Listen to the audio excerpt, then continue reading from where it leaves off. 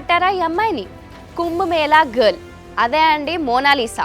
Social మీడియాలో మనమే తనని ఫేమస్ చేసి ఫిలిం ఇండస్ట్రీకి పంపడం, ఇంకా పెద్ద పెద్ద నెక్లెస్ బ్రాండ్స్, ఎవ్రీ బ్రాండ్స్కి కొలాబరేషన్స్ ఇచ్చి చాలా ఫేమస్ చేశాం. సో తన first movie chance director Sanoj Mishra వల్ల వచ్చింది.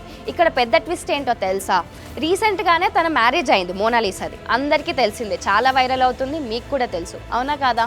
ఆ 1 వీక్, మ్యారేజ్ అయిన 1 వీక్కి సనోజ్ మిశ్రా ఒక న్యూస్ ఛానల్కి వెళ్ళి ఆ న్యూస్ ఛానల్లో ఒక స్టేట్మెంట్ పాస్ చేశాడు. ఆ స్టేట్మెంట్ మోనాలిసాకి ట్రిగర్ అయ్యి అది ఎంతవరకు నిజమో ఏంటో మన అందరికీ తెలీదు. బట్ నిన్న జరిగిన కాన్ఫరెన్స్, మార్చ్ 24th రోజు న్యూస్ కాన్ఫరెన్స్లో మోనాలిసా ఒక పెద్ద నిజాన్ని బయటపెట్టింది.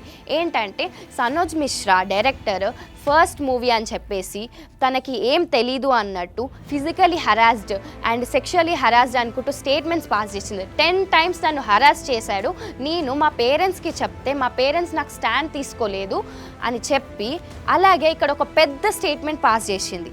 ఏంటంటే ఫస్ట్ మూవీ అయితే ఏంటి, అయితే నేను ఇప్పుడు రేప్ చేసుకొని మరి మూవీ చేయాలా అనే స్టేట్మెంట్ పాస్ చేసింది. ఇది చాలా వైరల్ అవుతుంది. అంటే ఇక్కడ నెటిజన్స్ కూడా కమెంట్స్ పెడుతున్నారు, ఏమని అంటే తన మీద బ్యాడ్ అవుతుంది, తను మేబీ అప్పుడు ఎందుకు స్టాండ్ తీసుకోలేదో వీ డోంట్ నో. బట్ సీరియస్గా యాజ్ ఏ పర్సన్గా నాకు కూడా డౌటే.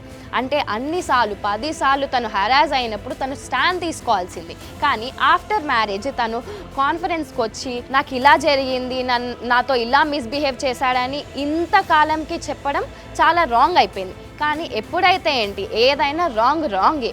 సో ఇప్పుడు డైరెక్టర్ పాయింట్ ఆఫ్ వ్యూ కరెక్టా లేదా మోనాలిసా పాయింట్ ఆఫ్ వ్యూ కరెక్టా?